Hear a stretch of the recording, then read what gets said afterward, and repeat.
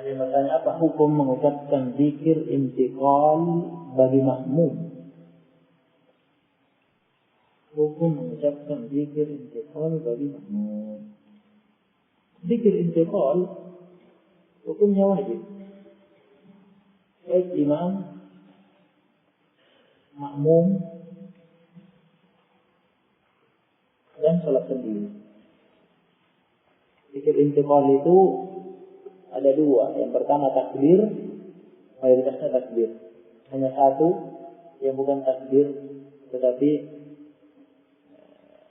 tasmi', yaitu sami'allahu liman hamidah. Ketika bangkit dari ruku untuk i'tidal, zikir intiqalnya adalah sami'allahu liman hamidah.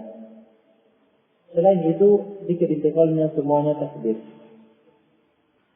Nabi SAW mengatakan dalam hadis, "Idza kabbara al-imam fakabbiru." Apabila imam bertakbir, maka bertakbirlah kalian. Wa idza raka'a al-imam farka'u, dan seterusnya.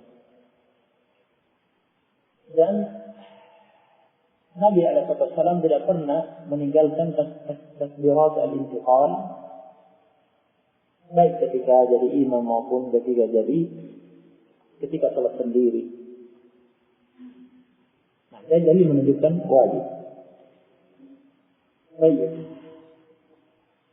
Hanya saja untuk sami Allahu liman hamidah, ada sebagian ulama yang mengatakan, bagaimana pendapat Hanabilah, bahwa yang membaca sami Allahu liman hamidah adalah imam, makmum tidak membaca sami Allahu liman hamidah. Hanya imam yang baca. Kemudian nanti makmum yang membaca Rabbana walakal hamd. Tetapi dalil-dalil yang ada menunjukkan imam, makmum, sama semuanya membaca sami Allahu liman hamidah dan sama-sama membaca Rabbana walakal hamd. Baik. Apakah merupakan syarat puasa 3 hari setiap bulan adalah harus pada tanggal 13, 14, dan 15. Dan harus berturut-turut. Ada dalil-dalil yang menyebutkan secara khusus siang ayyamul bid, puasa hari-hari yang malamnya putih terang bercahaya dengan bulan purnama, yaitu tanggal 13, 14, 15 ayyamul bid. Tetapi terdapat pula dalil yang lain yang menyebutkan tanpa penentuan ayyamul bid.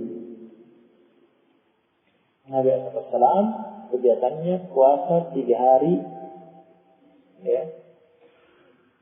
ada 3 hari yang beliau berpuasa dalam sebulan. Nah, dan ada riwayat dari Nabi SAW, dari Aisyah radhiyallahu anha mengatakan Nabi SAW jika tidak puasa di ayyamul bid, maka Nabi SAW tidak peduli, jatuh di hari apa saja puasanya 3 hari. Yang penting ada 3 hari dalam sebulan mesti berpuasa.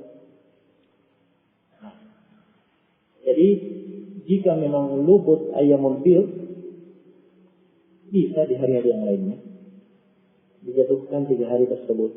Yang penting dalam setiap bulan hari, juga ingin mengamalkan ini, ada 3 hari dimanfaatkan untuk puasa. Nah, lengkapnya pembahasannya, dalil-dalilnya dan pendapat ulama, antum bisa merajaah buku fikih puasa lengkap. Nah, di pembahasan puasa-puasa sunnah, karena sudah bahas lengkap di sini. Nah, dari pembahasan puasa-puasa sunnah, puasa ayyamul bid 3 hari dalam sebulan ada di sini. Apakah ada zikir yang dibaca saat berdiri pada rakaat ketiga dan keempat pada salat rubaiyah? Apakah ada zikir yang dibaca pada saat berdiri pada rakaat ketiga dan keempat? Maksudnya saat berdiri pada rakaat ketiga dan keempat, zikir apa itu? Maksudnya apa itu? Jika orang sholat kan, jika berdiri rakaat pertama baca Al-Fatihah, baca surat. Rakaat kedua baca Al-Fatihah, baca surat atau sebagian ayat. Berdiri ke rakaat ketiga dan keempat. Ketika berdiri rakaat ketiga dan keempat baca Al-Fatihah dan tidak baca surat atau sebagian ayat. Ini zikir apa yang ditanyakan? Apa maksudnya pertanyaannya? Dan pada pembahasan sholat saat qiyam berdiri itu baca Quran. Nah, pembahasannya baca Quran, bukan zikir. Zikir itu saat ruku, tidak. Ini kok bisa pertanyaan seperti ini? Atau pernah mendengar sesuatu? Apa yang ditanyakan? Apa muskilahnya? Coba diperjelas lagi pertanyaan. Siapa yang nanya ini? Yang mana? Siapa yang nanya diperjelas? Daripada lewat, problemnya nggak hilang nanti yang dia ingin perjelas. Nah, jangan malu jika ilmu. Simfani minan nas. Kata siapa Mujahid bin Jabr rahimahullah, la yanalu ilma simfani minan nas. Abadan. Ada dua golongan yang tidak akan pernah mengecap ilmu. Al-mustahi wal mutakabbir. Orang yang malu dan yang sombong. Malu bertanya, malu belajar, atau sombong bertanya, sombong sehingga tidak mau bertanya, sombong sehingga tidak mau belajar, tidak mau duduk di majelis. Nah, saya banyak pertanyaan. Apa yang dia maksudkan? Al-muhim, rakaat pertama ketika berdiri, rakaat pertama ketika berdiri, rakaat kedua baca Al-Fatihah, baca surat lengkap atau sebagian surat atau sebagian ayat. Yani beberapa ayat maksudnya, bukan sepotong ayat. Nah, maksudnya beberapa ayat. Satu ayat minimal sah. Satu ayat atau lebih. Ayo. Pada rakaat ketiga dan keempat, pada rakaat ketiga dan keempat yang dibaca hanya Al-Fatihah, tidak baca surat, tidak baca ayat-ayat yang lain selain Al-Fatihah. Tetapi disunnahkan kadang-kadang untuk salat zuhur ada hadis Nabi SAW pernah pada rakaat ketiga dan keempat baca Al-Fatihah dan juga baca surat yang lain. Pernah dilakukan oleh Nabi SAW. Oleh karena itu Syekh Ibnu Baz rahimahullah berfatwa disunnahkan kadang-kadang pada salat zuhur pada rakaat ketiga dan keempat baca surat selain Al-Fatihah. Tetapi lebih pendek daripada rakaat pertama dan kedua. Al-Imam Asy-Syafi'i berpendapat berdasarkan hadis tersebut bukan hanya salat zuhur, bisa juga dilakukan pada salat asar dan salat maghrib dan salat yang lainnya. Yang 4 rakaat apa saja? 4 atau 3 rakaat. Salat asar bukan hanya salat zuhur, tapi bisa juga dilakukan pada salat asar, salat maghrib dan salat isya. Adapun salat subuh hanya 2 rakaat. Nah, bisa dilakukan pada salat duhur. Hadisnya ada salat Nabi, ada sesuatu melakukannya pada salat duhur. Nah, namun difahami oleh Syafi'i itu hukum itu bukan hanya khusus pada salat duhur, tapi juga bisa dilakukan pada salat asar, salat maghrib dan salat isya. Kadang-kadang setelah pada rakaat ketiga dan keempat, ya, kadang-kadang setelah baca Fatihah baca beberapa ayat atau surat pendek yang lebih pendek daripada rakaat pertama dan kedua. Nah, Meskipun anak tidak paham apa tujuan pertanyaannya, namun anak beri faedah. Ini tadi faedah. Surat ketiga dan keempat kadang-kadang seperti itu, ya, yang ada dari ulama berdasarkan hadis tersebut yang anak isyaratkan tadi. Nah, kita ceritakan apa ini? Baru hukum sholat di masjid. Nah, hukum sholat di masjid yang dibangun dari hasil yang haram, seperti riba, nah, atau hasil harta curian atau yang lainnya, jadi penghasilan yang haram dipakai untuk bangun masjid. Sholat di masjid yang dibangun di atas dasar riya. Nah, Ibnu Utsaimin rahimahullah, masjidnya suci. Selama tidak najis sekarang begitu. Masjidnya suci. Ya. Bangunannya suci. Hanya bersumber dari harta yang haram. Kita sholat di masjid yang suci.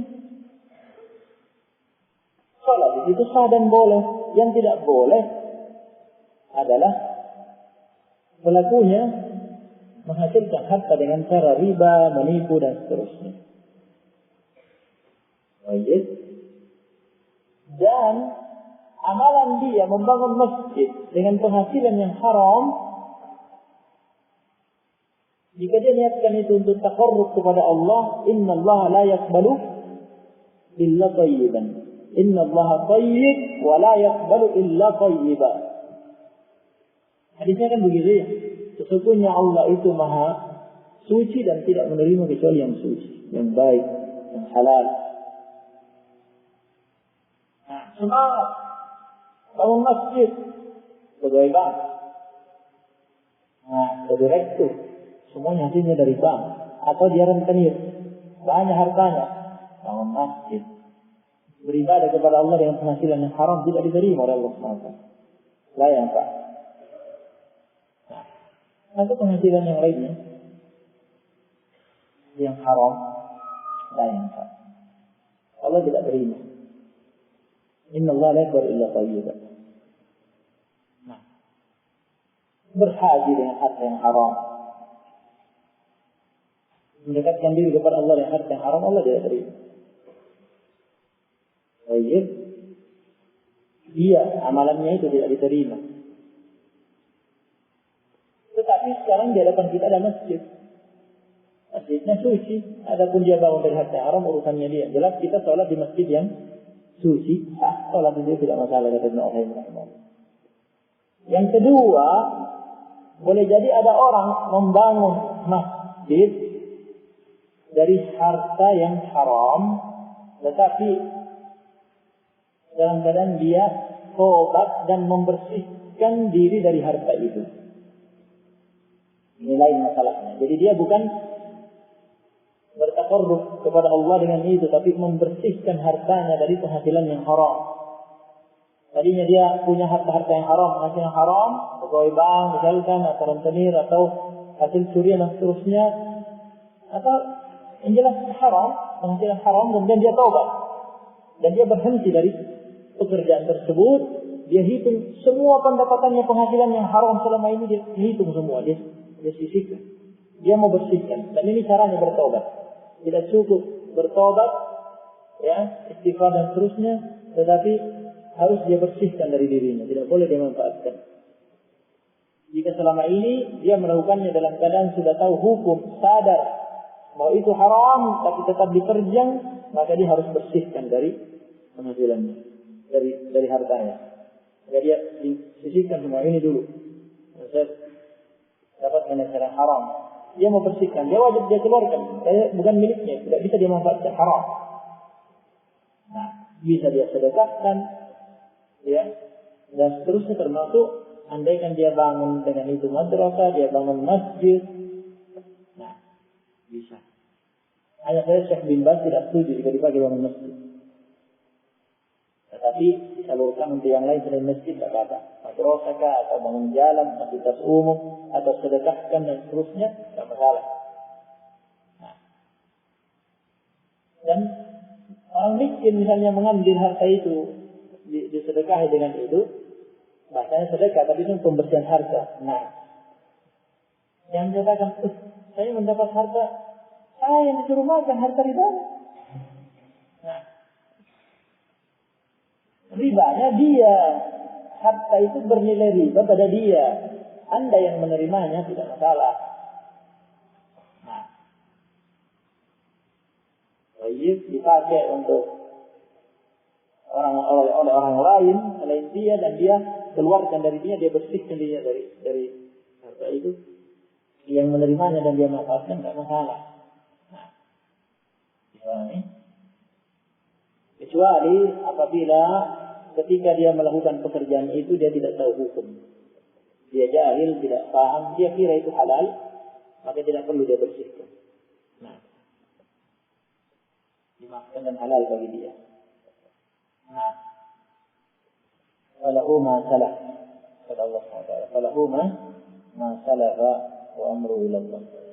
Baik, dia membangun masjid atas dasar riya. Amalan dia yang salah. Nah, amalan dia yang batal, tidak berpahala karena dia riya bangun masjid. Tapi kita sekarang bukan urusan kita, bukan dia ikhlas atau riya. Urusan dia itu. Urusan dia baina wa baina Allah. Ya, urusan kita sekarang ada masjid, kita mau sholat, masjid suci, alhamdulillah. Difahami? Baik.